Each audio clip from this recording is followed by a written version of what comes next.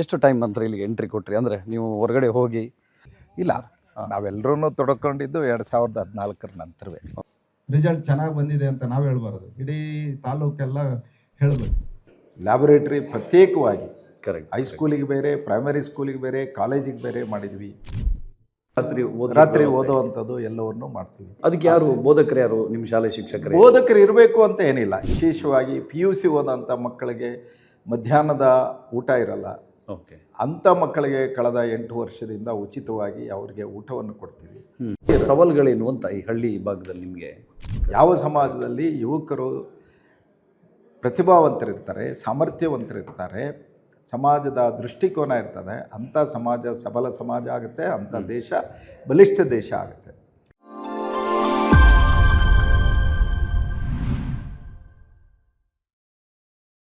ಗಿಲಿಯಾ ಸ್ಪಾಟ್ಲೈಟ್ಗೆ ನಿಮ್ಗೆಲ್ರಿಗೂ ಸ್ವಾಗತ. ನಾವು ಇವತ್ತು ಒಂದು ವಿಶೇಷವಾದಂಥ ಜಾಗದಲ್ಲಿದ್ದೀವಿ. ಹಿರಿಯೂರಿನ ಸಮೀಪದಲ್ಲಿರುವಂಥ ಹೊಸ ಎಳನಾಡು ಅಂತೇಳಿ. ಹೆಸರೇ ಭಾಳ ಸುಂದರವಾದಂಥದ್ದು ಈ ಊರಿನದ್ದು. ಅದಕ್ಕಿಂತ ಭಾಳ ವಿಶೇಷ ಅಂತ ಹೇಳಿದರೆ ಈ ಹೊಸ ಎಳನಾಡಿನಲ್ಲಿ ಒಂದು ಚಂದನೆಯ ಶಾಲೆ ಇದೆ. ಒಂದು ಮಗು LKGಗೆ ಎಂಟ್ರಿ ಆದರೆ PU ತನಕ ಇಲ್ಲಿ ವಿದ್ಯಾಭ್ಯಾಸವನ್ನು ಮಾಡ್ಬೋದು. KPS ಸ್ಕೂಲ್ ಇದರ ಮುಖ್ಯಸ್ಥರು ಅಥವಾ ಇದರ ಪೋಷಕ ಜವಾಬ್ದಾರಿಯಲ್ಲಿರುವಂತಹ ರಾಷ್ಟ್ರೀಯ ಸ್ವಯಂ ಸೇವಕ ಸಂಘದ ದಕ್ಷಿಣ ಮಧ್ಯ ಕ್ಷೇತ್ರೀಯ ಕಾರ್ಯವಾಹರಾಗಿರುವಂತಹ ತಿಪ್ಪೇಸ್ವಾಮಿಯವರು ನಮ್ಮ ಜೊತೆಗಿದ್ದಾರೆ. ಅವರು ಇದೇ ಊರಿನವರು, ಇಲ್ಲೇ ಹುಟ್ಟಿ ಬೆಳೆದವರು, ಇದೇ ಶಾಲೆಯಲ್ಲಿ ಓದಿ ಪ್ರವರ್ಧಮಾನಕ್ಕೆ ಬಂದವರು. ಈ ಶಾಲೆಯ ಬಗ್ಗೆ ಅವರ ಹತ್ರ ಮಾತಾಡ್ತಾ ಹೋಗೋಣ. ಕಾರ್ಯಕ್ರಮಕ್ಕೆ ಅವ್ರನ್ನ ಮೊದಲಿಗೆ ಸ್ವಾಗತಿಸ್ಕೊಳ್ತೇನೆ. ನಮಸ್ಕಾರ. ನಮಸ್ಕಾರ ಸರ್. ಈ ಶಾಲೆ ಭಾಳ ವಿಶೇಷವಾಗಿ ಗಮನ ಸೆಳೀತಾ ಇದೆ. ಬೇರೆ ಬೇರೆ ಪತ್ರಿಕೆಗಳಲ್ಲಿ ಇದ್ರ ಬಗ್ಗೆ ಚರ್ಚೆ ಆಗ್ತಾ ಇದೆ. ಇದರ ವಿಶೇಷತೆ ಏನು, ವೈಶಿಷ್ಟ್ಯತೆ ಏನು? ನಾವು ಈ ಶಾಲೆಗೆ ಎಂಟರ್ ಆಗಿ ಇಲ್ಲಿನ ಜನರ, ಪೋಷಕರ ಮಾತುಗಳನ್ನು ಕೇಳಿದ್ದೀವಿ, ಶಿಕ್ಷಕರ ಮಾತನ್ನು ಕೇಳಿದ್ದೀವಿ. ನಿಮ್ಮ ಅನುಭವಗಳನ್ನು ಹೇಳ್ಕೊಳ್ಳಿ ಸರ್ ಇದ್ರ ಬಗ್ಗೆ. ಮೊದಲನೇದಾಗಿ ನಾನು ಇಲ್ಲೇ ಹುಟ್ಟಿದ್ದು ಮತ್ತು ಇದೇ ಶಾಲೆಯಲ್ಲಿ ಕಲಿತಿದ್ದು. ನನ್ನ ವಿದ್ಯಾಭ್ಯಾಸಕ್ಕೋಸ್ಕರ, ವೃತ್ತಿಗೋಸ್ಕರ ನಾನು ಬೆಂಗಳೂರಿಗೆ ಹೋಗಿ ಅನೇಕ ವರ್ಷಗಳಲ್ಲಿ ಬಂದಿರಲಿಲ್ಲ. ಆದರೆ ಇಲ್ಲಿನ ಯಾರು ಪೂರ್ವಜರಿದ್ದರು ಅವರೆಲ್ಲರೂ ಸಹ ಈ ಹಳ್ಳಿಯ ಮಕ್ಕಳು ವಿದ್ಯಾವಂತರಾಗಬೇಕು ಅನ್ನೋವಂಥ ಇಚ್ಛೆಯಿಂದ ಈ ಶಾಲೆಯನ್ನು ಒಂದು 56 ವರ್ಷಗಳ ಹಿಂದೆಯೇ ಇದನ್ನು ಪ್ರಾರಂಭ ಮಾಡಿದರು. ಪ್ರಾರಂಭ ಮಾಡಿದಾಗ ಅವರಿಗೆ ಎಷ್ಟು ಆಸಕ್ತಿ ಇತ್ತು ಅಂತ ಹೇಳಿದ್ರೆ 6 ಎಕರೆಯನ್ನು ಮಂಗಮ್ಮ ಅನ್ನೋಂಥವ್ರು ದಾನವಾಗಿ ಕೊಟ್ಟರು. ಓಕೆ. ಆಗ ಚೇರ್ಮನ್ ಆಗಿದ್ದಂಥ ಸೀತಿಮ್ಮಯ್ಯನವರು, ಅವರ ಸಂಗಡಿಗರು ಓಡಾಟ ಮಾಡಿ ಇಲ್ಲಿ ಒಂದು ಶಾಲೆಯನ್ನು ಪ್ರಾರಂಭ ಮಾಡಿ, ಅದಾದ ನಂತರ ಅವರು ಐಡೆಡ್ ಸ್ಕೂಲ್ ಮಾಡಿ ನಂತರ ಸರ್ಕಾರಕ್ಕೆ ವಹಿಸಿಕೊಟ್ರು. ಅನೇಕ ವರ್ಷಗಳ ಕಾಲ ತುಂಬ ಉತ್ಕೃಷ್ಟವಾಗಿ ಶಾಲೆ ನಡೀತಾ ಇತ್ತು.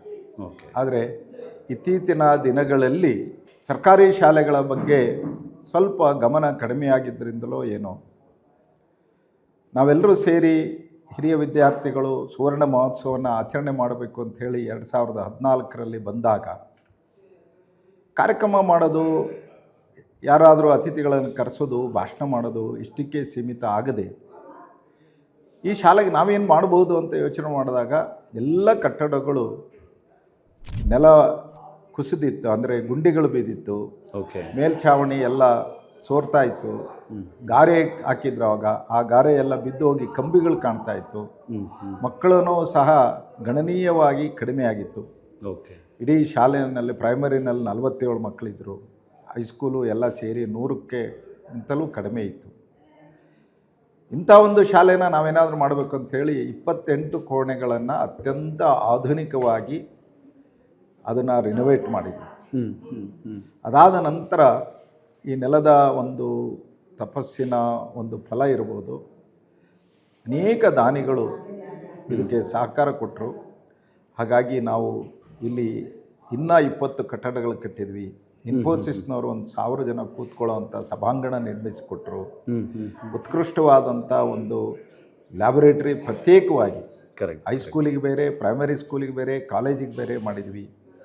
ಹಾಗೆಯೇ ಗ್ರಂಥಾಲಯನ ಮಾಡಿದ್ವಿ, ಕಂಪ್ಯೂಟರ್ ಲ್ಯಾಬ್ ಮಾಡಿದ್ವಿ, ಲೈಬ್ರರಿ ಮಾಡಿದ್ವಿ, ಲೈಬ್ರರಿ ಮಾಡಿದ್ವಿ. ಇದಲ್ಲದೆ ಕ್ರೀಡೆಗೂ ಪ್ರೋತ್ಸಾಹ ಕೊಡಬೇಕು ಅನ್ನೋ ದೃಷ್ಟಿಯಿಂದ ಒಂದು ರನ್ನಿಂಗ್ ಟ್ರ್ಯಾಕ್ ಮಾಡಿದ್ವಿ. ಹಾಗೆಯೇ ಬ್ಯಾಸ್ಕೆಟ್ಬಾಲ್ ಕೋರ್ಟ್ ಮಾಡಿದ್ವಿ, ಕಬಡ್ಡಿ, ಖೋ ಖೋ ಇತ್ಯಾದಿ ಮಾಡಿದ್ವಿ. ಕುಡಿಯೋ ನೀರಿರಲಿಲ್ಲ, ಹಾಗಾಗಿ ಬೋರ್ವೆಲ್ ಹಾಕಿದ್ವಿ, ನೀರು ಬರಲಿಲ್ಲ. 1 ಕಿಲೋಮೀಟ್ರ್ ದೂರದಿಂದ ಬೋರ್ವೆಲ್ ಹಾಕಿ ಒಂದು 65,000 ಲೀಟ್ರ್ ಇಡಿಸುವಂಥ ಸಂಪ್ ಮಾಡಿ ಶುದ್ಧ ಕುಡಿಯುವ ನೀರನ್ನು ಎಲ್ರಿಗೂ ಒದಗಿಸ್ತೀವಿ. ಈಗ ಪರಿಸರ ಸಂರಕ್ಷಣೆಯ ದೃಷ್ಟಿಯಿಂದ ಸುಮಾರು 750ಕ್ಕೂ ಹೆಚ್ಚು ಗಿಡಗಳು ನೆಟ್ಟಿದ್ವಿ. ಈಗೆಲ್ಲ ಮರಗಳಾಗಿದೆ, ಹೂ ಬಿಡ್ತಾ ಇದೆ.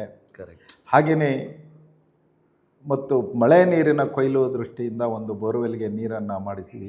ಈಗ ಅದು ಈಲ್ಡು ಜಾಸ್ತಿ ಆಗಿದೆ. ಈ ಶಾಲೆಯ ನಿರ್ವಹಣೆ ದೃಷ್ಟಿಯಿಂದ ಒಂದು ಉತ್ತಮವಾದ ಅಭಿವೃದ್ಧಿ ಸಮಿತಿಯನ್ನು ಮಾಡಿ ಅವರಿಗೆ ತರಬೇತಿ ಕೊಟ್ಟು ಅವರು ಇದನ್ನು ನಿರ್ವಹಣೆ ಮಾಡೋ ಥರ ಮಾಡಿದ್ವಿ.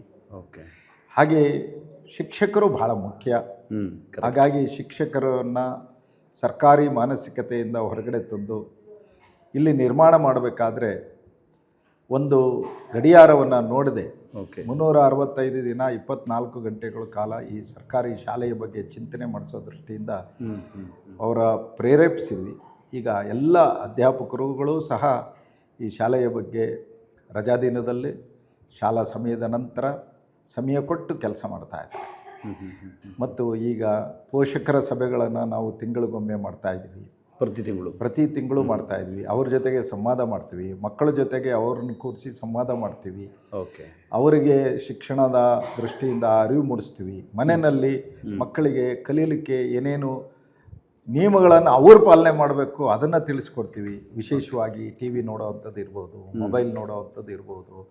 ಹಳ್ಳಿಗಳಾಗಿರೋದ್ರಿಂದ ಇಲ್ಲಿ ಕೆಲವು ವ್ಯಸನಗಳು ಇದರಿಂದ ಅದರಿಂದ ದೂರ ಇದ್ದು ಮಕ್ಕಳಿಗೆ ಒಂದು ಓದುವ ಪರಿಸರ ಮಾಡೋವಂಥದ್ದು. ಇನ್ನು ಚಿಕ್ಕ ಚಿಕ್ಕ ಮನೆಗಳಿರೋವಂಥವ್ರಿಗೆ ಇಲ್ಲೇ ಸಂಜೆ ಹೊತ್ತು ಕೂರಿಸಿ ಓದಿಸೋವಂಥದ್ದು, ಶಾಲೆಯಲ್ಲೇ ರಾತ್ರಿ ಓದುವಂಥದ್ದು ಎಲ್ಲವನ್ನೂ ಮಾಡ್ತೀವಿ. ಹಾಗಾಗಿ ಅದಕ್ಕೆ ಯಾರು ಬೋಧಕರು, ಯಾರು ನಿಮ್ಮ ಶಾಲೆ ಶಿಕ್ಷಕರು? ಬೋಧಕರು ಇರಬೇಕು ಅಂತ ಏನಿಲ್ಲ. ಇಲ್ಲಿ ಶಿಕ್ಷಕರು ಇರ್ತಾರೆ ಅಥವಾ ಯಾರಾದರೂ ಒಬ್ಬರು ನಮ್ಮ ಗೆಸ್ಟ್ ಟೀಚರ್ಸ್ ಇರ್ತಾರೆ, ಅವರು ಓದ್ಕೊಳ್ತಾರೆ. ಏನಂದರೆ ವಿದ್ಯುತ್ಗಿಂತ ಮನೆ ಚಿಕ್ಕದು, ಮನೆಯಲ್ಲಿ ಮಕ್ಕಳು ಎಲ್ಲರೂ ಇರ್ತಾರೆ, ಟಿ ವಿ ಇರುತ್ತೆ, ಗಲಾಟೆ ಇರುತ್ತೆ. ಹೀಗಾಗಿ ಅವರಿಗೆ ಅನುಕೂಲ ಆಗಲಿ ಅಂಥೇಳಿ ಅದನ್ನು ಮಾಡಿದ್ವಿ. ವಿಶೇಷವಾಗಿ ಈ ಒಂದು ಪ್ರದೇಶ ಏನಿದೆ ಆರ್ಥಿಕವಾಗಿ ಸಾಮಾಜಿಕವಾಗಿ ಹಿಂದುಳಿದಿರೋವಂಥವ್ರು, ಶಾಲೆಗೆ ಕಳಿಸದೇ ಇರೋವಂಥ ಮಕ್ಕಳನ್ನ ಕರ್ಕೊಂಡು ಬಂದು ಇಲ್ಲಿ ಮಾಡ್ತೀವಿ. ಅವರಿಗೆ ಉಚಿತವಾಗಿ ಪುಸ್ತಕಗಳನ್ನು ಕೊಡ್ತೀವಿ, ಉಚಿತವಾಗಿ ನಾವು ಯೂನಿಫಾರ್ಮ್ಸ್ ಕೊಡ್ತೀವಿ. ವಿಶೇಷವಾಗಿ PUC ಓದೋಂಥ ಮಕ್ಕಳಿಗೆ ಮಧ್ಯಾಹ್ನದ ಊಟ ಇರಲ್ಲ. ಅಂಥ ಮಕ್ಕಳಿಗೆ ಕಳೆದ 8 ವರ್ಷದಿಂದ ಉಚಿತವಾಗಿ ಅವರಿಗೆ ಊಟವನ್ನು ಕೊಡ್ತೀವಿ. ಶಾರೀರಿಕ ಕ್ಷಮತೆಯನ್ನು ಹೆಚ್ಚೋ ದೃಷ್ಟಿಯಿಂದ ಕ್ರೀಡೆಗೆ ಪ್ರೋತ್ಸಾಹ ಕೊಟ್ಟಿರೋದ್ರಿಂದ ಅವರಿಗೆ ಶಾರೀರಿಕವಾಗೂ ಗಟ್ಟಿಯಾಗಿದ್ದಾರೆ. ಇವತ್ತು ಊಟ ಮಧ್ಯಾಹ್ನದ ಇರೋದರಿಂದ ಹಸಿವಿನಿಂದ ದೂರ ಆಗಿ ಆಸಕ್ತಿ ವಹಿಸಿ ಪಾಠನ ಕೇಳ್ತಾ ಇದ್ದಾರೆ. ಹೀಗೆ ಸಂಖ್ಯೆಯೂ ನಮ್ಮದು ಹತ್ತತ್ರ 1,000 ತಲುಪುವವರೆಗೂ ನಮ್ಮದು ಬಂದಿದೆ ಗ್ರಾಮೀಣ ಭಾಗದಲ್ಲಿ. ಇದಕ್ಕೋಸ್ಕರ ನಾವು LKG UKG ಮೊದಲೇ ಪ್ರಾರಂಭ ಮಾಡಿದ್ವಿ. ಮತ್ತು ದೂರ ಊರುಗಳಿಂದ ಬರೋದ್ರಿಂದ 3 ಹೊಸ ಬಸ್ಸುಗಳನ್ನು ದಾನಿಗಳಿಂದ ಪಡೆದು ಬಸ್ಸುಗಳು ಬಿಟ್ಟಿದ್ದೀವಿ. ಇದೆಲ್ಲ ಮಾಡಿದ್ರೂ ಸಹ ನಿರ್ವಹಣೆಯ ದೃಷ್ಟಿಯಿಂದ ಅನೇಕ ಸಂಗತಿಗಳು ಸರ್ಕಾರ ಕೊಡಲಿಲ್ಲ. ಕಂಪ್ಯೂಟರ್ ಮಾಡಿದ್ವಿ, ಕಂಪ್ಯೂಟರ್ ಟೀಚರ್ ಇಲ್ಲ. ಇಲ್ಲಿ ಪರಿಸರ ಗಿಡ ಎಲ್ಲ ಹಾಕಿದ್ವಿ, ನೀರು ಹಾಕೋದಕ್ಕಿಲ್ಲ, ನೀರು ಇರೋದಿಲ್ಲ. ಈಗ ಸಂಖ್ಯೆ ಹೆಣ್ಮಕ್ಳದೇ ಜಾಸ್ತಿ ಆಗಿರೋದ್ರಿಂದ ಟಾಯ್ಲೆಟ್ಸ್ ಹೆಚ್ಚು ಮಾಡಬೇಕಾಯ್ತು. ಟಾಯ್ಲೆಟ್ಸ್ ಮಾಡಿದ್ವಿ. ಟಾಯ್ಲೆಟ್ ಸ್ವಚ್ಛ ಮಾಡೋದ್ರಿಂದ ಯಾರೂ ಇಲ್ಲ. ಅದಕ್ಕೋಸ್ಕರ 3 ಜನ ನೇಮಕ ಮಾಡ್ಕೊಂಡ್ವಿ. ಮತ್ತು ಹೆಣ್ಮಕ್ಳು ಜಾಸ್ತಿ ಇರೋದ್ರಿಂದ ಪ್ಯಾಡು ಇತ್ಯಾದಿ ಎಲ್ಲ ಅವರು ಎಲ್ಲಂದ್ರಲ್ಲೇ ಬಿಸಾಕೋದು, ಅರಿವಿರಲಿಲ್ಲ. ಆ ಅರಿವನ್ನು ಮೂಡಿಸುವಂಥದ್ದು. ಈಗ ಇಂಟ್ರೀನ್ ಅಂತೇಳಿ 2 ಮೆಷಿನ್ಸ್ ಹಾಕಿದ್ದೀವಿ. ಅದನ್ನು ಬರ್ಮ್ ಮಾಡೋ ದೃಷ್ಟಿಯಿಂದ, ನೈರ್ಮಲ್ಯ ಕಾಪಾಡೋ ದೃಷ್ಟಿಯಿಂದ ಈ ರೀತಿಯ ಶಿಕ್ಷಣವು ಕೊಡ್ತಾ ಇದೆ. ಪ್ರತಿ ತಿಂಗಳಿಗೆ 3 ತಿಂಗಳಿಗೊಮ್ಮೆ ನಾವು ಮೆಡಿಕಲ್ ಕ್ಯಾಂಪ್ಸನ್ನು ಮಾಡ್ತಾ ಇದ್ದೀವಿ ಎಲ್ಲ ಮಕ್ಕಳಿಗೂ. ಹೌದು, ಪ್ರತಿಯೊಬ್ಬರಿಗೂ ಸಹ ಒಂದು ಫೈಲ್ ಪ್ರತ್ಯೇಕವಾಗಿ ಇಟ್ಟಿದ್ದೀವಿ. LKG ಇಂದ PUCವರೆಗೂ ಆ ಫೈಲಲ್ಲಿ ಅವ್ರದ್ದು ಆರೋಗ್ಯ ತಪಾಸಣೆದು ಬರುತ್ತೆ. ಸೊ ಹೀಗೆ ಗ್ರಾಮಸ್ಥರಿಗೂ ಸಹ ನಾವು ಇದು ಮಾಡ್ತೀವಿ. ಹಳ್ಳಿನಲ್ಲಿ ಕಂಡು ಬಂದದ್ದು ಅನೇಕರಿಗೆ ಸವಾಲುಗಳೇನು ಅಂತ ಈ ಹಳ್ಳಿ ಭಾಗದಲ್ಲಿ ನಿಮಗೆ? ಹಳ್ಳಿನಲ್ಲಿ ಶಿಕ್ಷಣವನ್ನು ಕೊಡಬೇಕು ಅನ್ನೋಂಥ ಅರಿವಿರುವಂಥ ಅದೇ ಕಡಿಮೆ. ಹಾಗಾಗಿ ಅಂಥ ತಂದೆ ತಾಯಿಗಳಿಗೆ ನಾವು ಅರಿವು ಮೂಡಿಸ್ಬೇಕು. ನಮ್ಮ ಮಕ್ಕಳಿಗೆ ಶಿಕ್ಷಣ ಕೊಡಬೇಕು, ಸಂಸ್ಕಾರ ಕೊಡಬೇಕು, ವಿದ್ಯಾವಂತರನ್ನು ಮಾಡಬೇಕು ಅನ್ನೋವಂಥದ್ದು ಆಗಬೇಕು. ವೃತ್ತಿ ಯಾವುದು ಬೇಕಾದರೂ ಮಾಡಲಿ, ಕೃಷಿ ಮಾಡಲಿ, ಇನ್ಯಾವುದೇ ವೃತ್ತಿ ಮಾಡಲಿ, ಏನೇ ಆಗಲಿ, ಅವನು ವಿದ್ಯಾವಂತನಾದಾಗ, ಶಿಕ್ಷಿತನಾದಾಗ ಉತ್ತಮವಾದಂಥ ಒಂದು ಅದರಲ್ಲಿ ಸಂಸ್ಕಾರ ಅಲ್ಲ ಪರಿಣಿತಿಯನ್ನು ಪಡೆದು ಅವನು ಇನ್ನೂ ಚೆನ್ನಾಗಿ ಮಾಡಬಲ್ಲ. ಅದಕ್ಕೋಸ್ಕರ ಅವರಿಗೆ ಅರಿವನ್ನು ಮೂಡಿಸುವಂಥದ್ದು ಎರಡನೇದು, ಹಳ್ಳಿಗಳಲ್ಲಿ ಇವತ್ತು ವ್ಯಸನಗಳು ಜಾಸ್ತಿ ಆಗ್ತಾ ಇದೆ. ಸರ್ಕಾರವು ಇದಕ್ಕೆ ಕಾರಣ ಅಂತ ಹೇಳ್ಬೋದು. ಚುನಾವಣೆಗಳ ಸಂದರ್ಭದಲ್ಲಿ ಅವರಿಗೆ ಕುಡಿತವನ್ನು ಕಲಿಸಿ ಅನೇಕರ ಜೀವನ ಇವತ್ತು ಹಾಳಾಗ್ತಾ ಇದೆ, ರಾಜಕೀಯ ಪಕ್ಷಗಳು. ಹಾಗಾಗಿ ಕುಡಿತವನ್ನು ನಿಲ್ಲಿಸುವ ದೃಷ್ಟಿಯಿಂದ ನಗರ ಪ್ರದೇಶದಲ್ಲಿ ಹೇಗೆ ಡ್ರಗ್ಗೆ ಅಡಿಕ್ಟ್ ಆಗಿದಾರೋ ಇಲ್ಲಿ ವ್ಯಸನ ಆಗ್ತಾರೆ. ಇವತ್ತು 24-25 ವರ್ಷದ ಯುವಕರು ಲಿವರ್ ಡ್ಯಾಮೇಜ್ ಆಗಿ ಒಂದೊಂದು ಹಳ್ಳಿಯಲ್ಲೂ ಸಹ 15-20 ಯುವಕರು ಹೋಗ್ತಾರೆ. ಈ ರೀತಿ ಯುವ ಪೀಳಿಗೆಯನ್ನು ನಾವು ಕಳ್ಕೊಂಡ್ರೆ ಮುಂದಿನ ಸಮಾಜದ ಭವಿಷ್ಯ ಚೆನ್ನಾಗಿರೋದಿಲ್ಲ. ಯಾವ ಸಮಾಜದಲ್ಲಿ ಯುವಕರು ಪ್ರತಿಭಾವಂತರಿರ್ತಾರೆ, ಸಾಮರ್ಥ್ಯವಂತರಿರ್ತಾರೆ, ಸಮಾಜದ ದೃಷ್ಟಿಕೋನ ಇರ್ತದೆ, ಅಂಥ ಸಮಾಜ ಸಬಲ ಸಮಾಜ ಆಗುತ್ತೆ, ಅಂಥ ದೇಶ ಬಲಿಷ್ಠ ದೇಶ ಆಗುತ್ತೆ. ಆ ದೃಷ್ಟಿನಲ್ಲಿ ಪ್ರತಿಯೊಂದು ಗ್ರಾಮದಲ್ಲೂ ಸಹ ಈ ರೀತಿ ಸಾಮರ್ಥ್ಯವುಳ್ಳ ಯುವ ಪೀಳಿಗೆಯನ್ನು ಬೆಳೆಸುವಂಥ ಜವಾಬ್ದಾರಿ ಶಾಲೆ. ಅನೇಕ ಬಾರಿ ನಾನು ಉಲ್ಲೇಖ ಮಾಡ್ತೇನೆ, ಶಾಲೆಯೊಂದು ಸಾಮಾಜಿಕ ಪರಿವರ್ತನೆ ಕೇಂದ್ರ ಅಂತ, ಮನೆಯೊಂದು ಸಾಮಾಜಿಕ ಪರಿವರ್ತನೆ ಕೇಂದ್ರ, ಮಂದಿರ ಒಂದು ಸಾಮಾಜಿಕ ಪರಿವರ್ತನೆ ಕೇಂದ್ರ. ಎಲ್ಲರ ಜವಾಬ್ದಾರಿಯಿಂದ ಉತ್ತಮ ವ್ಯಕ್ತಿಗಳು ರೂಪುಗೊಳ್ಳಬೇಕು. ಉತ್ತಮ ವ್ಯಕ್ತಿಗಳು ಮಾತ್ರ ಉತ್ತಮ ಸಮಾಜ ನಿರ್ಮಾಣ ಮಾಡಲಿಕ್ಕೆ ಸಾಧ್ಯ ಆಗುತ್ತೆ. ಆ ರೀತಿಯಾಗಿ ಇವತ್ತು ಬರೀ ಶಿಕ್ಷಣ ಅಷ್ಟೇ ಅಲ್ಲ, ಶಿಕ್ಷಣ, ಸಂಸ್ಕಾರ, ಸಮಾಜದ ದೃಷ್ಟಿಕೋನ, ಸಮಾಜದ ಬಗ್ಗೆ ಒಲವು, ಇದನ್ನು ಮೂಡಿಸ್ತಕ್ಕಂಥ ಕೆಲಸನೂ ಸಹ ಅನೇಕ ಚಟುವಟಿಕೆಗಳ ಮುಖಾಂತರ ಮಾಡ್ತಾಯಿದ್ದೀವಿ. ಪ್ರೋತ್ಸಾಹ ಕೊಡ್ತೀವಿ. ಅವರಿಗೆ ಧೈರ್ಯ ಬರೋ ದೃಷ್ಟಿಯಿಂದ ಅಂತರ ತಾಲೂಕು ಮಟ್ಟದ ಒಂದು ಚರ್ಚಾ ಸ್ಪರ್ಧೆಯನ್ನು ನಾವು ಪ್ರತಿ ವರ್ಷ ಮಾಡ್ತೀವಿ. ಅದಕ್ಕೆ ರೋಲಿಂಗ್ ಶೀಟು ಇಟ್ಟಿದ್ದೀವಿ. ಹಾಗೆಯೇ ಮಕ್ಕಳ ಪ್ರತಿಭೆಯನ್ನು ಹೊರಹಾಕೋ ದೃಷ್ಟಿಯಿಂದ, ಪೋಷಕರಿಗೆ ಅವ್ರ ಮಕ್ಕಳನ್ನು ಪ್ರತಿಭೆಯನ್ನು ನೋಡಿ ಆನಂದ ಪಡೋ ದೃಷ್ಟಿಯಿಂದ ವಾರ್ಷಿಕೋತ್ಸವನೂ ನಾವು ಮಾಡ್ತಾಯಿದ್ದೀವಿ. ಬಹಳ ವಿಜೃಂಭಣೆಯಿಂದ ನಡೆಯುತ್ತೆ. ಸುಮಾರು 3,500-4 ಸಾವಿರ ಜನ ಬಂದು ಮಕ್ಕಳ ಒಂದು ಚಟುವಟಿಕೆಯನ್ನು ವೀಕ್ಷಣೆ ಮಾಡಿ ಆನಂದ ಪಡ್ತಾರೆ. ಅದು ನಮಗೆ ಶಕ್ತಿ ಕೊಟ್ಟಿರೋವಂಥದ್ದು. ಹಾಗೆ ಮಕ್ಕಳಲ್ಲಿ ವಿದ್ಯಾಭ್ಯಾಸ ಬಳಸೋ ದೃಷ್ಟಿಯಿಂದ ಯಾರು ಬ್ರೈಟ್ ಸ್ಟೂಡೆಂಟ್ ಇದ್ದಾರೆ ಅವ್ರದ್ದೊಂದು ಗುಂಪು, ಮಧ್ಯಮ ವರ್ಗದ್ದು, ಹಾಗೆಯೇ ಯಾರಿಗೆ ಕಲೀಲಿಕ್ಕೆ ಕಷ್ಟ ಆಗುತ್ತೆ ಅಂಥವ್ರನ್ನ ಕೂರಿಸಿ ವಿಶೇಷವಾಗಿ ಅವರಿಗೆ ಪ್ರಯತ್ನ ಮಾಡಿ ಅವ್ರನ್ನೂ ಚೆನ್ನಾಗಿ ಕಲಿಸೋ ದೃಷ್ಟಿಯಿಂದ ಶಿಕ್ಷಕರು ಪ್ರಯತ್ನ ಮಾಡ್ತಾ ಇದ್ದಾರೆ. ಇದಲ್ಲದೆ ವಿದ್ಯಾರ್ಥಿಗಳಿಗೆ ಪ್ರೇರಣೆ ಕೊಡೋ ದೃಷ್ಟಿಯಿಂದ ಪ್ರತಿಯೊಂದು ತರಗತಿನಲ್ಲೂ best student of the year, ವರ್ಷದ ಅತ್ಯುತ್ತಮ ವಿದ್ಯಾರ್ಥಿ ಅಂತೇಳಿ ಅವನ ಅಟೆಂಡೆನ್ಸು, ಅವನ ನಡವಳಿಕೆ, ಅವನ ಕ್ರೀಡೆಯಲ್ಲಿ ಭಾಗವಹಿಸುವಂಥದ್ದು, ಶಾಲಾ ಚಟುವಟಿಕೆಯಲ್ಲಿ ಭಾಗವಹಿಸುವಂಥದ್ದು, ಅವನ ಶೈಕ್ಷಣಿಕ ಪ್ರಗತಿ, ಇವೆಲ್ಲವನ್ನು ಗಮನಿಸಿ ನಾವು 2-3 ಅಧ್ಯಾಪಕರನ್ನ ಅದಕ್ಕೆ ನೇಮಕ ಮಾಡಿ ಅವರು ಎಲ್ಲ ಪರಿಶೀಲನೆ ಮಾಡಿ ಪೂರ್ತಿ ಅವರಿಗೆ ವರ್ಷದ ಅತ್ಯುತ್ತಮ ವ್ಯಕ್ತಿ ಅಂತ ಹೇಳಿ ಪ್ರತಿಯೊಂದು ತರಗತಿಗೆ ನಾವು ಕೊಡ್ತಾವೆ. ವಿದ್ಯಾರ್ಥಿಗೆಲ್ಲ ತರಗತಿಗೆ ಕೊಡ್ತಾ ಇದ್ವಿ. ಅಂದರೆ ಪ್ರೈಮರಿ, ಹೈಯರ್ ಪ್ರೈಮರಿ, ಹೈಸ್ಕೂಲು, ಕಾಲೇಜಿಗೆ ಕೊಡ್ತೀವಿ. ಹಾಗೆಯೇ ಹೆಚ್ಚಿನ ಅಂಕ ಗಳಿಸಿದವರಿಗೂ ಸಹ ನಾವೊಂದು ಬಹುಮಾನ ಕೊಟ್ಟು ಪ್ರೋತ್ಸಾಹ ಕೊಡೋ ರೀತಿನ ಮಾಡ್ತಾರೆ. ಹೀಗೆ ಮಕ್ಕಳಿಗೆ ಪ್ರೋತ್ಸಾಹ ಕೊಡೋದು, ಅವರಿಗೆ ಬೆನ್ನು ಚಪ್ಪರಿಸುವಂಥದ್ದು, ಅವರಿಗೆ ಬೇರೆ ಬೇರೆ ಪ್ರೇರಣೆ ಕೊಡುವಂಥ ಅನೇಕ ಸಂಗತಿಗಳನ್ನು ಜೋಡಿಸಿದ್ದೀವಿ, ಮಾಡ್ತಾ ಇದ್ದೀರಿ. ಈಗ ನಿಮಗೆ ಶಾಲೆಯಲ್ಲಿ ನೋಡಿದರೆ ಆಲ್ಮೋಸ್ಟ್ ಎಲ್ಲ ಸೌಲಭ್ಯಗಳಿವೆ, ಇನ್ನೇನು ಬೇಕು ಅಂತ, ಇನ್ನೇನು ಬೇಡಿಕೆಗಳಿವೆ? ನೋಡಿ, ಬೆಳೆದಾಗ ಅನೇಕ ಸವಾಲುಗಳನ್ನು ಬರ್ತವೆ, ಬೇಡಿಕೆಗಳು ಬರ್ತವೆ. ಈಗ ಗಿಡಗಳು ಬೆಳೆಸಬೇಕಾಯಿತು, ಕರೆಕ್ಟ್. ದನ ಕರುಗಳು ಬಂದು ಎಲ್ಲ ತಿಂದ್ಕೊಂಡು ಹೋಗೋದು. ಅದಕ್ಕೆ 11 ಎಕರೆಗೂ ನಾವು ಕಾಂಪೌಂಡ್ ಹಾಕ್ಸಿದ್ವಿ, ಗೇಟ್ ಹಾಕ್ಸಿದ್ವಿ. ಹಾಗೆ ನಾನಾಗಲೇ ಹೇಳಿದೆ, ಹೆಣ್ಮಕ್ಳು ಜಾಸ್ತಿ ಆದರು, ಶೌಚಾಲಯಗಳ ಸಂಖ್ಯೆ ಜಾಸ್ತಿ ಮಾಡಿದ್ರಿ. ಇವತ್ತು ಅವರಿಗೆ ಈ ರೀತಿ ಸ್ವಚ್ಛತೆಯದಿರ್ಬೋದು, ಶೌಚಾಲಯಗಳ ಹೆಚ್ಚಿಗೆ ಮಾಡೋಂಥಿರ್ಬೋದು, ಅದನ್ನು ನಾವು ಕಲಿಸ್ಕೊಡ್ಬೇಕು. ಹದಿಹರಿಯದ ವಯಸ್ಸಿನಲ್ಲಿ ಅನೇಕ ರೀತಿಯಾದಂಥ ಸಮಸ್ಯೆಗಳು ಬರ್ತವೆ. ಅವರು ಅನೇಕ ಬಾರಿ ಪ್ಯಾನಿಕ್ ಆಗ್ತಾರೆ. ಅಂಥ ಸಂದರ್ಭದಲ್ಲಿ ಕೌನ್ಸಿಲಿಂಗು ಭಾಳ ಮುಖ್ಯ. ನಾವು ಪ್ರತಿ ವರ್ಷ ಈ ರೀತಿ ಒಂದು 5-6 ಜನ ಕೌನ್ಸಿಲರ್ಸ್ನ ಕರೆಸಿ ಪ್ರತಿಯೊಬ್ಬ ವಿದ್ಯಾರ್ಥಿಗೂ ಸಹ ಅವರು ಕೌನ್ಸಿಲ್ ಮಾಡಿ ಅವರಿಗೆ ವಿಶ್ವಾಸ ತುಂಬುವಂಥ ಕೆಲಸನೂ ಮಾಡ್ತಾರೆ. ವಿಶೇಷವಾಗಿ ಹಳ್ಳಿಗಳಲ್ಲಿ ಒಂದು ವಿಷನ್ ಮತ್ತು ಅವರ ಕಣ್ಣು ಮುಂದೆ ನಾನು ಈ ಥರ ಆಗಬೇಕು ಅನ್ನೋವಂಥದ್ದನ್ನು ಕಾಣ್ತಾ ಇಲ್ಲ.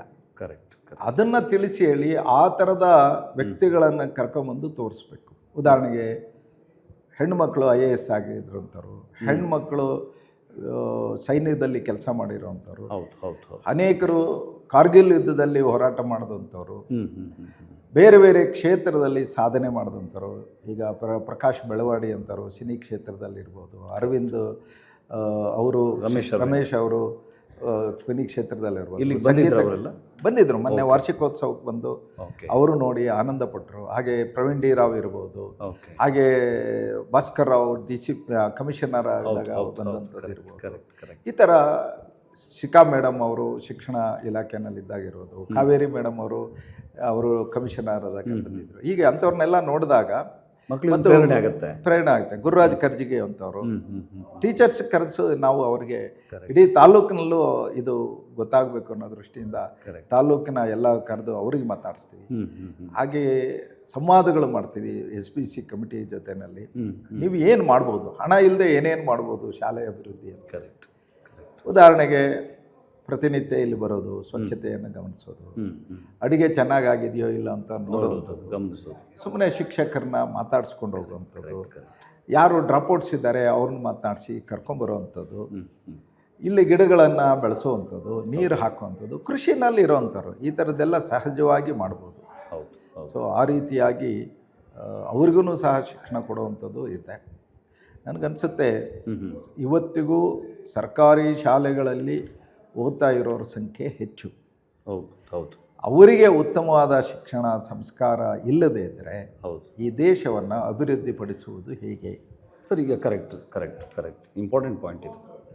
ಹಾಗಾಗಿ ಇವತ್ತಿಗೂ ಸಹ ನಾವೆಲ್ಲರೂ ಯಾರು ಈ ರೀತಿ ಕಲಿತು ಹೋಗಿರ್ತಾರೆ, ಸರ್ಕಾರವೂ ಒಂದು ಭಾಗ, ಸಮಾಜವೂ ಸಹ ಹೊಣೆಗಾರಿಕೆಯನ್ನು ಹೊತ್ತು ನಮ್ಮ ಮಕ್ಕಳನ್ನು ವಿದ್ಯಾವಂತರನ್ನಾಗಿ, ಸಂಸ್ಕಾರವಂತರನ್ನಾಗಿ, ದೇಶನಿಷ್ಠ ವ್ಯಕ್ತಿಗಳನ್ನಾಗಿ ರೂಪಿಸಿದರೆ ಈ ದೇಶವನ್ನು ಯಾರೂ ಸಹ ನಾಶ ಮಾಡಲಿಕ್ಕೆ ಆಗೋದಿಲ್ಲ. ಕರೆಕ್ಟ್. ಹಾಗಾಗಿ ಎಲ್ಲರ ಹೊಣೆಗಾರಿಕೆ ಇದೆ. ಸಮಾಜದ ನೈತಿಕತೆ ಜಾಸ್ತಿ ಆಗಬೇಕು. ಸಮಾಜದ ನೈತಿಕತೆ ಜಾಸ್ತಿ ಆದಾಗ ಯಾವಾಗ ಆಗುತ್ತೆ ಅಂದರೆ ನಾವು ನಡ್ಕೊಂಡು ತೋರಿಸಿದಾಗ. ಸುಳ್ಳು ಹೇಳಬಾರ್ದು ಅಂತ ಹೇಳ್ತೀವಿ, ನಾವೇ ಸುಳ್ಳು ಹೇಳ್ತೀವಿ. ಮೋಸ ಮಾಡಬಾರ್ದು ಅಂತ ಹೇಳ್ತೀವಿ, ನಾವೇ ಮೋಸ ಮಾಡ್ತೀವಿ. ಭ್ರಷ್ಟಾಚಾರ ಮಾಡಬಾರ್ದು ಅಂತೀವಿ, ನಾವೇ ಮಾಡ್ತೀವಿ. ಮಕ್ಕಳು ಯಾವ ರೀತಿ ಕೇಳ್ತಾರೆ, ನನಗೇನು ನೈತಿಕತೆ ಇದೆ? ಕರೆಕ್ಟ್. ಆ ರೀತಿಯ ಆದರ್ಶಗಳು, ಆ ರೀತಿಯ ಉದಾಹರಣೆಗಳು ಇವತ್ತು ಸಮಾಜದಲ್ಲಿ ಕೊರತೆಯಾಗಿರೋದ್ರಿಂದ ಯುವಕರು ಹೇಗೆ ಆಗಬೇಕು ಅಂತ ಹೇಳಿ ಅವರು ಯೋಚನೆ ಮಾಡ್ತಾರೆ. ಯುವಕರಲ್ಲಿ ಪ್ರತಿಭೆ ಇದೆ, ಸಾಮರ್ಥ್ಯ ಇದೆ, ಬುದ್ಧಿವಂತಿಕೆ ಇದೆ, ಎಲ್ಲವೂ ಇದೆ. ಮೊದಲಿಗಿಂತಲೂ ಇವತ್ತು ಬಹಳ ಬುದ್ಧಿವಂತರು. ಆದರೆ ಅವರಿಗೆ ಉದಾಹರಣೆಗಳು ಬೇಕು, ಅವರಿಗೆ ಆ ರೀತಿಯ ದೃಷ್ಟಿಕೋನ ಕೊಡುವಂಥವ್ರು ಬೇಕು, ಸಹಕಾರಿಗಳು ಬೇಕು. ಅದನ್ನು ತುಂಬುವಂಥ ಕೆಲಸ ಹಿಂದೆ ಒಬ್ಬರು GV ಅಯ್ಯರ್ ಹೇಳ್ತಾಯಿದ್ರು, 30ರಿಂದ 45-50 ವರ್ಷದವರು ಈ ಸಮಾಜಕ್ಕೆ ದಿಶೆಯನ್ನು ಕೊಡುವಂಥವ್ರು. ಅವು ಯಾಕೆಂತ ಹೇಳಿದ್ರೆ ನಿರ್ಮಾಣ ಮಾಡೋರು ಅವರೇ. ಒಬ್ಬ ಚಿತ್ರ ನಿರ್ಮಾಣ ಮಾಡಬೇಕಾದ್ರೆ ಆ ವಯಸ್ಸಿನವರು, ರಾಜಕೀಯ ಕ್ಷೇತ್ರದಲ್ಲಿರೋರು ಆ ವಯಸ್ಸಿನವರು, ಶಿಕ್ಷಕರು ಆ ವಯಸ್ಸಿನವರು. ಆ ವಯಸ್ಸಿನವರು ಹೇಗೆ ನಡ್ಕೊಳ್ತಾರೆ, ಹೇಗೆ ಹೇಳ್ತಾರೆ, ಅದ್ರ ಮೇಲೆ ಯುವ ಪೀಳಿಗೆ ಬೆಳೆಯುತ್ತೆ. ಕರೆಕ್ಟ್. ಹಾಗಾಗಿ ಮೊದಲನವರೆಲ್ಲ ಆ ಥರ ನಡ್ಕೊಂಡಿದ್ದರೆ ಹಾಗೆ ಬೆಳೆಯುತ್ತೆ. ಹಾಗಾಗಿ ನಾವು ಏನು ಹೇಳ್ತೀವಿ ಅನ್ನೋದಕ್ಕಿಂತ ಏನು ಮಾಡ್ತೀವಿ ಅನ್ನೋದು ಇವತ್ತಿನ ಯುವಪೀಳಿಗೆ ನೋಡ್ತಾರೆ. ಹಾಗಾಗಿ ಹೆಚ್ಚು ಹೆಚ್ಚು ನಡ್ಕೊಂಡು ತೋರಿಸುವಂಥದ್ದು ಆಗಬೇಕು. ಅದಾದಾಗ ಅದಾಗುತ್ತೆ. ಇದ್ರ ಕೊರತೆ ಇವತ್ತು ಎಲ್ಲ ಕಡೆಗೆ ಕಾಣ್ತಾ ಇದೆ. ಇವತ್ತು ಅನೇಕ ಶಾಲೆಗಳಲ್ಲಿ ಶಿಕ್ಷಕರು ಹೇಗೆ ಬರ್ತಾರೆ, ಹೇಗೆ ಪಾಠ ಮಾಡ್ತಾರೆ, ಹೇಗೆ ನಡ್ಕೊಳ್ತಾರೆ, ಅದು ನಿಂತಿದೆ. ಪೋಷಕರು ಹೇಗೆ ಮಾತನಾಡ್ತಾರೆ, ಹೇಗೆ ನಡ್ಕೊಳ್ತಾರೆ, ಅದೂ ಇದೆ. ಅಲ್ಲಿ ಸಮಾಜದಲ್ಲಿರೋವಂಥ ಗಣ್ಯ ವ್ಯಕ್ತಿಗಳು ಹೇಗೆ ನಡ್ಕೊಳ್ತಾರೆ, ಹೇಗೆ ವ್ಯವಹರಿಸ್ತಾರೆ, ಅದೂ ಇದೆ. ಹೀಗಾಗಿ ಸುತ್ತಮುತ್ತಲೂ ಇವತ್ತಿನ ಮಕ್ಕಳು ನೋಡಿದಾಗ ಅವರಿಗೆ ನಾನು ಹೀಗಾಗಬೇಕು, ನಾನು ಈ ರೀತಿಯಾಗಿ ಬೆಳಿಬೇಕು ಅನ್ನೋವಂಥದ್ದು ತಲುಪುತ್ತೆ. ಅವ್ರು ಯಾರು ದಡ್ರು ಅಲ್ಲ, ಅವ್ರು ಯಾರು ಕೆಟ್ಟವರು ಅಲ್ಲ. ಕರೆಕ್ಟ್. ಅನೇಕ ಬಾರಿ ನಾವು ಅವ್ರನ್ನ ದೂರ್ತೀವಿ. ಕರೆಕ್ಟ್. ನಮ್ಮನ್ನು ನಾವು ಆತ್ಮಾವಲೋಕನ ಮಾಡ್ಕೊಳ್ಳೋವಂಥದ್ದು ಬಹಳ ಅಗತ್ಯ ಅಂತ ನನಗೆ ಅನಿಸುತ್ತೆ. ಇದೇ ನಿಜವಾದ ಇವತ್ತಿನ ಸವಾಲು. ನಾವು ಅವರಿಗೆ ಮೇಲ್ಪಂಕ್ತಿ ಆಗಿದ್ದೀವಾ? ಕರೆಕ್ಟ್. ನಮ್ಮ ಜವಾಬ್ದಾರಿ ಏನು ಅಂತ. ಜವಾಬ್ದಾರಿ ಏನು? ಅವಾಗ ಮಕ್ಕಳು ಚೆನ್ನಾಗಿ, ಎಲ್ಲ ಮಕ್ಕಳು ಒಳ್ಳೆಯರು ಅನ್ನೋ ದೃಷ್ಟಿ. ಕರೆಕ್ಟ್.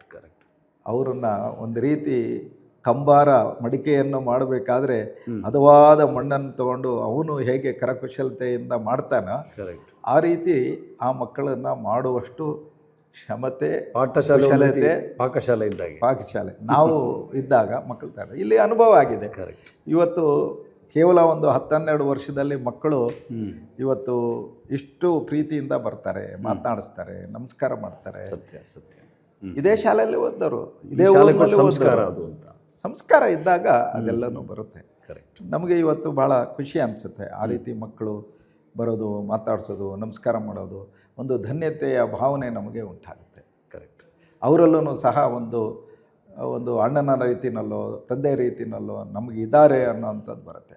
ಈ ರೀತಿ ಬಾಂಧವ್ಯಗಳು, ಸಂಬಂಧಗಳು ಬಂದಾಗ ಮಾತ್ರ ಚೆನ್ನಾಗಿ ಆಗುತ್ತೆ. ಸರ್, ಈಗ ಸಾಮಾಜಿಕವಾಗಿ ಬೆಳೆದವರು ಹೆಚ್ಚಿನವರು ಅವ್ರದ್ದೇ ಆದಂಥ ಖಾಸಗಿ ವಿದ್ಯಾಸಂಸ್ಥೆಗಳನ್ನ ಕಟ್ತಾರೆ. ನಿಮ್ಗೆ ಯಾಕೆ ಅದು ಸರ್ಕಾರಿ ಶಾಲೆಗೆ ಹೋಗಿ ಒಂದಿಷ್ಟು ಸೇವೆ ಮಾಡಬೇಕು ಅಂತ ಅನ್ನಿಸ್ತು ಅಂತ? ಅವರು ವಿದ್ಯಾಭ್ಯಾಸವನ್ನು ಅವರದೇ ರೀತಿಯಲ್ಲಿ ಕೊಡ್ತಾರೆ. ಕರೆಕ್ಟ್. ಆದರೆ ಈಗಾಗಲೇ ಒಂದು ವ್ಯವಸ್ಥೆ ಇದ್ದಾಗ ಅದನ್ನು ಸಬಲ ಮಾಡೋದು ಬಹಳ ಮುಖ್ಯ. ಒಂದನೇದು. ಎರಡನೇದು, ಎಲ್ಲರೂ ಲಕ್ಷಾಂತರ ರೂಪಾಯಿ ಹಣವನ್ನು ಕೊಟ್ಟು ಆ ರೀತಿಯ ಶಾಲೆಗಳಲ್ಲಿ ಓದಲಿಕ್ಕಾಗಲ್ಲ. ನಮ್ಮ ದೃಷ್ಟಿಕೋನ ಇರೋವಂಥದ್ದು ನಾನು ಆಗಲೇ ಉಲ್ಲೇಖ ಮಾಡಿದೆ, ಇಲ್ಲಿರೋವಂಥವ್ರೆಲ್ಲರೂ ಆರ್ಥಿಕವಾಗಿ, ಸಾಮಾಜಿಕವಾಗಿ ಹಿಂದುಳಿದವರು. Correct correct. ಯಾವಾಗ ಒಂದು ದುರ್ಬಲ ಸಮಾಜ ಸಬಲ ಸಮಾಜ ಆಗದೇ ಹೊರತು ಒಂದು ಸಮರ್ಥ ಭಾರತವನ್ನು ನಿರ್ಮಾಣ ಮಾಡಲಿಕ್ಕೆ ಆಗೋದಿಲ್ಲ. Correct correct correct. ಹಾಗಾಗಿ ದುರ್ಬಲ ವರ್ಗ ಏನಿದೆ ಅದನ್ನು ಸಬಲ ಮಾಡಬೇಕು. ಕರೆಕ್ಟ್.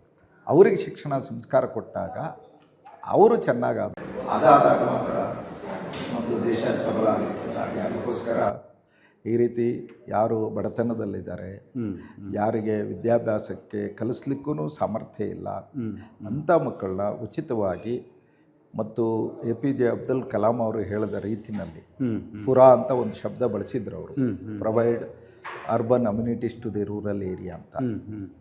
ಯಾವ ನಗರ ಪ್ರದೇಶದಲ್ಲಿ ಸಿಗೋವಂಥ ಸವಲತ್ತುಗಳು ಗ್ರಾಮೀಣ ಪ್ರದೇಶದಲ್ಲಿ ಸಿಗಬೇಕು. ಹೌದು. ಆವಾಗ ಇಲ್ಲಿನ ಜನ ಇಲ್ಲೇ ಇರ್ತಾರೆ, ಇಲ್ಲೇ ವಾಸವಾಗಿರ್ತಾರೆ, ಗ್ರಾಮಗಳು ಅಭಿವೃದ್ಧಿ ಆಗುತ್ತೆ, ಕೃಷಿನೂ ಅಭಿವೃದ್ಧಿ ಆಗುತ್ತೆ, ಈ ದೇಶನೂ ಸಬಲ ಆಗುತ್ತೆ. ಎಲ್ಲ ನಗರ ಪ್ರದೇಶಕ್ಕೆ ಬಂದರೆ ಕೃಷಿ ನಿಂತು ಹೋಗುತ್ತೆ, ಇಲ್ಲಿ ಯುವಕರು ಇರೋದಿಲ್ಲ, ಇಲ್ಲಿ ವೃದ್ಧಾಶ್ರಮಗಳಾಗ್ತದೆ. ಹಾಗಾಗಿ ದೇಶ ಸಬಲ ಆಗೋದು ಕಷ್ಟ. ಅದಕ್ಕೇನೆ ಗಾಂಧೀಜಿ ಕಲ್ಪನೆಯೂ ಇದೇನೆ, ರಾಮರಾಜ್ಯ ಅಂತ ಹೇಳಿ. ಗ್ರಾಮಗಳು ವಿಕಾಸ ಆಗದೆ ದೇಶ ವಿಕಾಸ ಆಗಲ್ಲ ಅನ್ನೋದೇನೆ ಕಲ್ಪನೆ. ಇದು ಹೇಳಿದರೆ ಸಾಲದು, ಗ್ರಾಮಗಳ ವಿಕಾಸ ಮಾಡಬೇಕು. Correct correct. ಅದಾದಾಗ ಮಾತ್ರ ಆಗುತ್ತೆ. ಪ್ರತಿಯೊಬ್ಬ ಚುನಾಯಿತ ಪ್ರತಿನಿಧಿ ಇರ್ಬೋದು, ಸಮಾಜದಲ್ಲಿರೋಂಥ ಗಣ್ಯರು ಇರ್ಬೋದು, ಒಂದೊಂದು ಹಳ್ಳಿಯೂ ಅವನು ಗಮನ ಕೊಟ್ಟು ಮಾಡಿದರೆ ಅದ್ಭುತವಾದ ಪರಿವರ್ತನೆ ಆಗುತ್ತೆ. ಎಸ್. ದುರ್ದೈವ ಅಂತ ಹೇಳಿದ್ರೆ ಮೋದಿಯವರು ಪ್ರತಿಯೊಬ್ಬ MP ಗೂ ಸಹ ಒಂದು ಗ್ರಾಮವನ್ನು ಆಯ್ಕೆ ಮಾಡಿಕೊಂಡು ನೀವು ಮಾಡಿ ತೋರಿಸಿದೆ ಅಂದಾಗ ಕೇವಲ ಬೆರಳೆಣಿಕೆಯಷ್ಟು ಮಾತ್ರ ಅದನ್ನು ಗಂಭೀರವಾಗಿ ಪರಿಗಣಿಸಿ ಒಂದು ಸ್ವಲ್ಪ ಮಾಡಿದರು. ಅದನ್ನು ಸ್ವಲ್ಪ ಮಾಡಿದರೆ ಸಾಲದು. ಆತ ಕೆಲಸ ನಿರಂತರವಾಗಿ ಮಾಡಬೇಕು, ನಿತ್ಯವೂ ಮಾಡಬೇಕು. ಆಗ ಮಾತ್ರ ಬದಲಾವಣೆ ಬರುತ್ತೆ. ಸಾಧ್ಯ. ಬದಲಾವಣೆ ಬರಬೇಕಂತ ಹೇಳಿದ್ರೆ ನಿತ್ಯ ನಿರಂತರವಾಗಿ ನಡೀತಾ ಇರಬೇಕು, ಅವಾಗ ಆಗುತ್ತೆ. ಆ ರೀತಿಯಾದಂಥ ಕಾರ್ಯಕರ್ತರ ಒಂದು ನಿರ್ಮಾಣ ಆಗಬೇಕು. ಅದನ್ನು ತಯಾರು ಮಾಡಿದಾಗ ಮಾತ್ರ ಸಾಧ್ಯ. ತುಂಬ ಧನ್ಯವಾದಗಳು ಸರ್. ನಿಮ್ಮ ಬಿಡುವಿರದ ಈ ಒತ್ತಡದ ನಡುವೆಯೂ ನಮಗೋಸ್ಕರ ಸಮಯವನ್ನು ಕೊಟ್ಟರಿ. ತುಂಬ ಥ್ಯಾಂಕ್ ಯು ನಿಮಗೆ. Thank you. ನಮಸ್ತೆ. ವೀಕ್ಷಕರೇ, ನೋಡಿದ್ರಲ್ಲ, ಒಂದು ಶಾಲೆ, ಒಂದು ವಿದ್ಯಾಸಂಸ್ಥೆ ಹೇಗೆ ಇರಬೇಕು, ಅದು ಯಾವ ರೀತಿ ಮಾದರಿ ಆಗಬೇಕು, ಮತ್ತು ವಿದ್ಯಾಸಂಸ್ಥೆಯನ್ನು ರೂಪಿಸುವಲ್ಲಿ ನಾಗರಿಕನಾಗಿ ನನ್ನ ಕರ್ತವ್ಯ ಏನು ಅನ್ನೋದನ್ನು ಭಾಳ ವಿಶೇಷವಾಗಿ ಹೇಳಿದ್ದಾರೆ. ಬಹುಶಃ ಇಡೀ ರಾಜ್ಯಕ್ಕೆ ಮಾದರಿಯಾದಂಥ ಒಂದು ವಿದ್ಯಾಸಂಸ್ಥೆಯಲ್ಲಿ ನಾವಿದ್ದೇವೆ. ಬೇರೆ ಬೇರೆ ಕಾರ್ಯಕ್ರಮಗಳ ಜೊತೆಗೆ ಮತ್ತೆ ನಿಮ್ಮನ್ನು ಭೇಟಿಯಾಗ್ತೀವಿ. ಅಲ್ಲಿ ತನಕ ನಮಸ್ಕಾರ.